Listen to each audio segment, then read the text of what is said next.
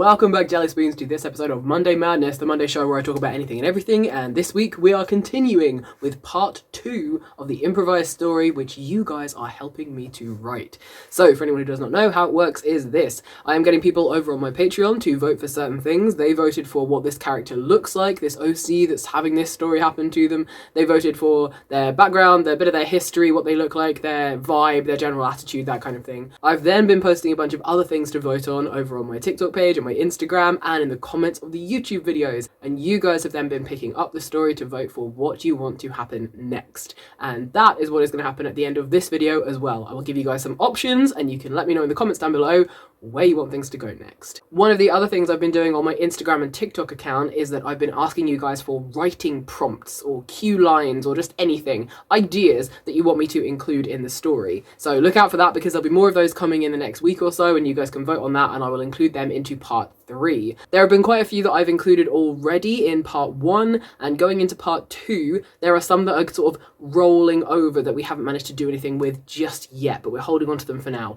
One of the ones I haven't managed to use yet, but a lot of you guys wanted variations on, was the enemies to lovers trope, so that's definitely going to happen. And another one that was said by quite a lot of people was hurt and angst and someone getting hurt but not realizing, that kind of thing. So they're all getting smushed together into one, so if you were any of the people who suggested anything like that, this one's for you. Hopefully that one is going to happen possibly in this one, maybe in part 3. I feel like it might be a slow burner, that one, along with the enemies to lovers thing. So those two are on the train track. It's going to happen, but not quite yet necessarily. The ones that we left behind in part 1 were arriving into a town at sunset. That was how this story started. And another one which was two familiar eyes. And we have already hinted at this where the prince character has recognized the eyes of the assassin.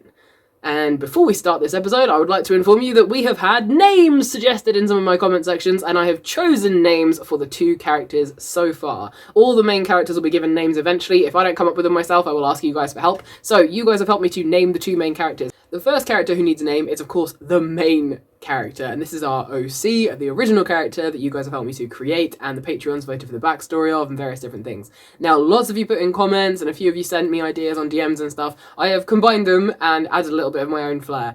So far, my favourite name is Darrow, which feels very assassin-y, and I quite like this one. Also has the word arrow in it, and I'm here for it. I like it. So his name is Darrow, and as a surname, I have decided that his name is going to be Darrow Cast. So this is our assassin, our main character, our OC, who went through the entire part 1 having absolutely no name. His name is now Darrow Cast. Sounds a bit like Downcast, doesn't it? I feel like this might be a reoccurring theme. The second character who needs a name is the prince who we met in part 1. And please go and watch part 1 if you haven't, because otherwise this part probably won't make a lot of sense.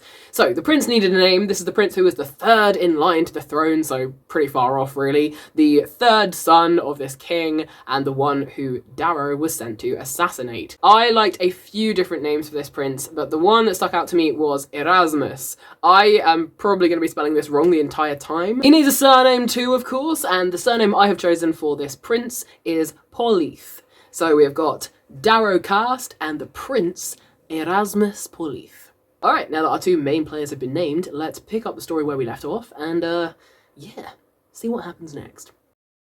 The story left off with Darrow the assassin straddling the Prince Erasmus with 2 blades either side of his throat. Not deep enough to kill, but just enough to start a trickle of blood down the side of the prince's throat.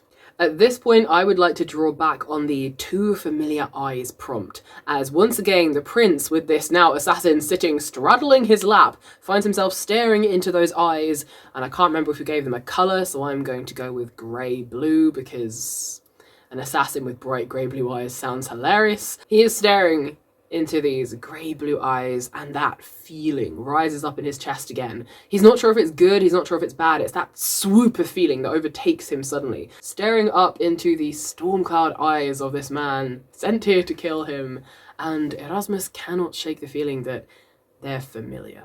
He knows this man, somehow, but he cannot place him, and it seems the assassin cannot place the prince either. As we just flip our attention over to Darrow's side of things for a moment, as he sits there straddled, ready to kill, and by now he should have struck the killing blow. Why has he not? He feels that swooping feeling as well. Something deep, deep down that he's long since buried in his guts and his soul that he rarely lets see the light of the moon anymore. And he's looking down into the face of this prince that he has been sent here to kill, and something holds him back for just those 2 seconds too long. 2 seconds can mean a lot in his line of work. 2 seconds can mean the difference between life and death, a target assassinated and a target failed, the time to run, the time to flee, and the time where you can actually do your job. But still, he sits there. Another second trickles by. Another second. Another. And eventually it's nearly been a whole minute of these two just looking and looking at one another. The Prince Erasmus becomes certain, convinced somehow that this assassin must be able to feel his heart hammering, slamming against his ribs, but he still cannot place the man, and has absolutely no idea why those eyes are just so familiar.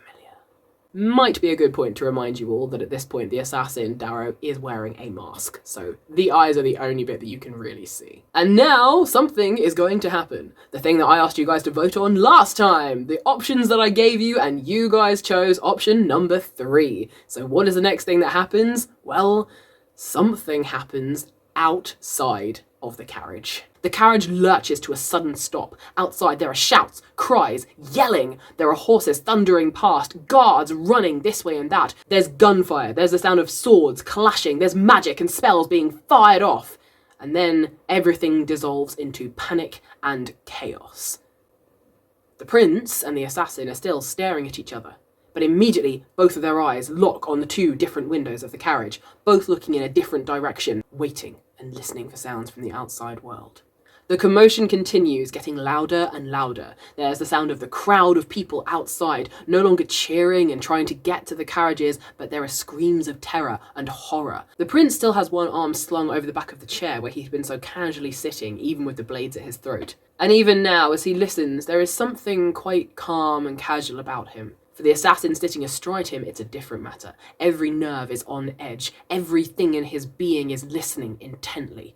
The blade still clutched in his hands, right next to the prince's throat. They haven't moved, but he is now listening for anything else. He should continue, but he can't. He can't without being certain of what is about to happen. They remain like that for maybe another 30 seconds, and then suddenly, voices of guards yell out over the crowds, "Check on the princes." There are more hoofballs and footsteps as the guards come closer and closer. They hear knocks and banging on the other carriages further up the street, and the sounds are coming closer and closer to them as the guards get closer and closer to the carriage that the assassin is sat in. The prince is still staggeringly casual. He is intrigued and confused by what's happening outside, but his demeanour has not shifted.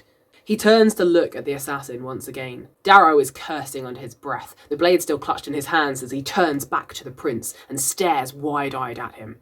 Something is calculating in his head. He never has a plan. This is exactly why he never has a plan, because this cannot be planned for. But now, all his usual cunning and trickery feels like it's deserting him, washing away down a plug hole of nothingness as he stares around in the admittedly vast carriage, but still, it only has 2 doors, and the guards will definitely see if he leaves through either one. It's the prince who breaks the silence first. He raises an eyebrow at the assassin and says, "You know, they are going to notice you're here once they open the door. You should probably hide." Darrow was certain that this was some sort of trick, meant to throw him off more than he already was. He ignored the prince, hands still clasping the blades right next to his throat as he thought desperately, eyes swimming from one side to the next, thinking. A hand waved in front of his face. "Hello? I'm saying you need to hide? Assassin boy? Earth to assassin boy? For goodness sake. Look at me! I'm speaking to you!" And now we come to the secret extra vote that my Patreons had. I asked them to vote for something that scared the assassin. I gave them some options, and the vote came out that the one thing that could scare him was a certain word or phrase. The certain word or phrase that the prince had just unknowingly said. "Look at me when I'm speaking to you." The effect was immediate. The assassin, still sitting astride the prince's lap, went rigid. His hands slipped and fell from the blades that were now impaled in the cushions behind the prince's head. The little of his face that the prince could see was turning deathly pale. Eyes wide, wider, pupils tiny, the big grey storm clouds looking terrified. And Darrow scrambled, pushing himself backwards, shaking his head, backing away from the prince until he slipped and fell, landing in the middle of the carriage, sprawled on the floor. He couldn't see the prince anymore. He couldn't even remember where he was, the job he was on, or what it was he was supposed to do. He didn't know his own name, the day of the week, anything. All he knew was a voice from years past ringing, screaming in his ears, the words over and over again. Look at me. Look at me. Look at me when I'm speaking to you. Look at me. Ooh, it's getting angsty. I would like to point out at this point that I asked on my Instagram if people would like some angst or some weirdness or both. They voted for both. You're welcome. Prince Erasmus had seconds to try to work out what had happened and why, and then completely forget those thoughts entirely as the guards drew closer and closer and closer. He didn't want to touch the man in a state like this, as the assassin was now beginning to shake and tremble. Instead, carefully extracting himself from around the two blades next to his throat, he knelt down in the middle of the carriage next to the assassin. He knelt so that he was about a foot away, close enough to whisper, but not so close that it might scare the man further, and said, quietly and softly, "I need you to hide. They're coming." The words were pounding, thrumming, swimming through the assassin's mind, echoing over and over, round and round and round, from the many, many times he had heard it in the past. And then a new voice, a strangely familiar voice, and a strangely familiar pair of eyes reached him through the darkness. A hand reached out towards him through the smoke and the fog and the darkness of memory, and from stuck somewhere in the recess of his own horror, Darrow heard the voice say, "I can hide you." Near blindly, he took the hand that was offered to him, and he felt himself gently lifted and tugged, pushed in direction after direction, and then he was holding onto someone's arm as he was gently, carefully, and quietly lowered into the compartment underneath the prince's seat. And the world around him went dark and black as the seat topper was put back and he heard the prince sit down, throwing the cushions around him and trying to look as nonchalant as possible.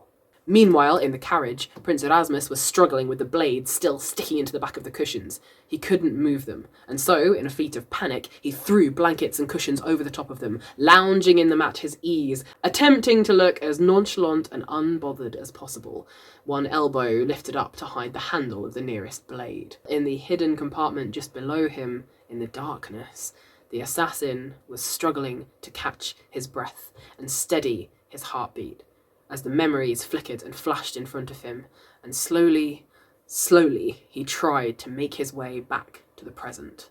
Just as the prince's elbow had reached to cover the handle of the blade, both doors to the carriage were flung open. The screams and shouts and cries from outside could be heard so much louder now that they were opened, and now several guards were staring in at him, blades drawn, eyes wide. "My prince, we have just apprehended 3 assassins. Has anyone attempted to enter your carriage?" To say Prince Erasmus was shocked by this news would be a complete and utter understatement. He gaped at the guard in astonishment, only just keeping his elbow up hiding the blade. 3 assassins? He asked, just to make sure. The guard nodded. "My prince," the guard continued, "I'm afraid we were too late. Your father, the king, he's dead." And that is where we are going to leave it for today. And now I shall give you the things to vote on for next time. What would you like to happen next? If you have any general ideas, let me know in the comments down below. But there are some things that I will give you to choose from. So as always, I will give you 3 options to vote on. And this is the things you can pick for what happens next time. I will give you 3 sort of general ideas, very sort of vague ideas. And if you want to make them a bit more specific, let me know in the comments down below. And as always, if you have any other ideas and things you want to throw them in the comments. And don't forget to look out for all of the writing prompts and votes and ideas that I'll throw up on the Instagram and the TikTok page as well. So, Here are your 3 options for what can happen next. Option number 1 for your voting consideration is the assassins that they have captured make a break for it. A successful one. They get away, meaning there are no answers and no one understands what has happened or why. Option number 2 for your voting consideration is that one or more of the assassins continue to be captured and the prince goes to speak to them, with potentially his brothers as well, or he listens in while his brothers are having that conversation. In fact, that's probably more likely, seeing as he's only 3rd in line. He probably wouldn't get to speak to them. But either way, the assassins are still alive and the prince speaks to them or overhears a conversation with them, that kind of thing. Option number 3 is that one or all of the princes kill one or all of the assassins in vengeance for their father. Let me know what you would like. Option 1, assassins escape. Option 2, the assassins are kept and have a conversation. Option number 3, the assassins are killed by the princes. Vote number 1, number 2, or number 3 down in the comments below. And if you have anything extra you want to add, let me know that as well. Also, let me know any ideas why Prince Erasmus is being so calm and collected and casual in the face of a literal assassin sent to kill him. I've decided why. And I will let you guys know soon. As soon as it becomes relevant in the story, it might become relevant in part 3. Who knows? And any ideas on why these two see each other's eyes and think, they're familiar? Let me know your thoughts in the comments down below. And I will attempt to bring you an update to this story next Monday, or even faster if you guys really, really want it. And I will also attempt to do some dress up and cosplaying from this over on TikTok as well. Alright, my wonderful jelly spoons. Goodbye for now. Goodbye.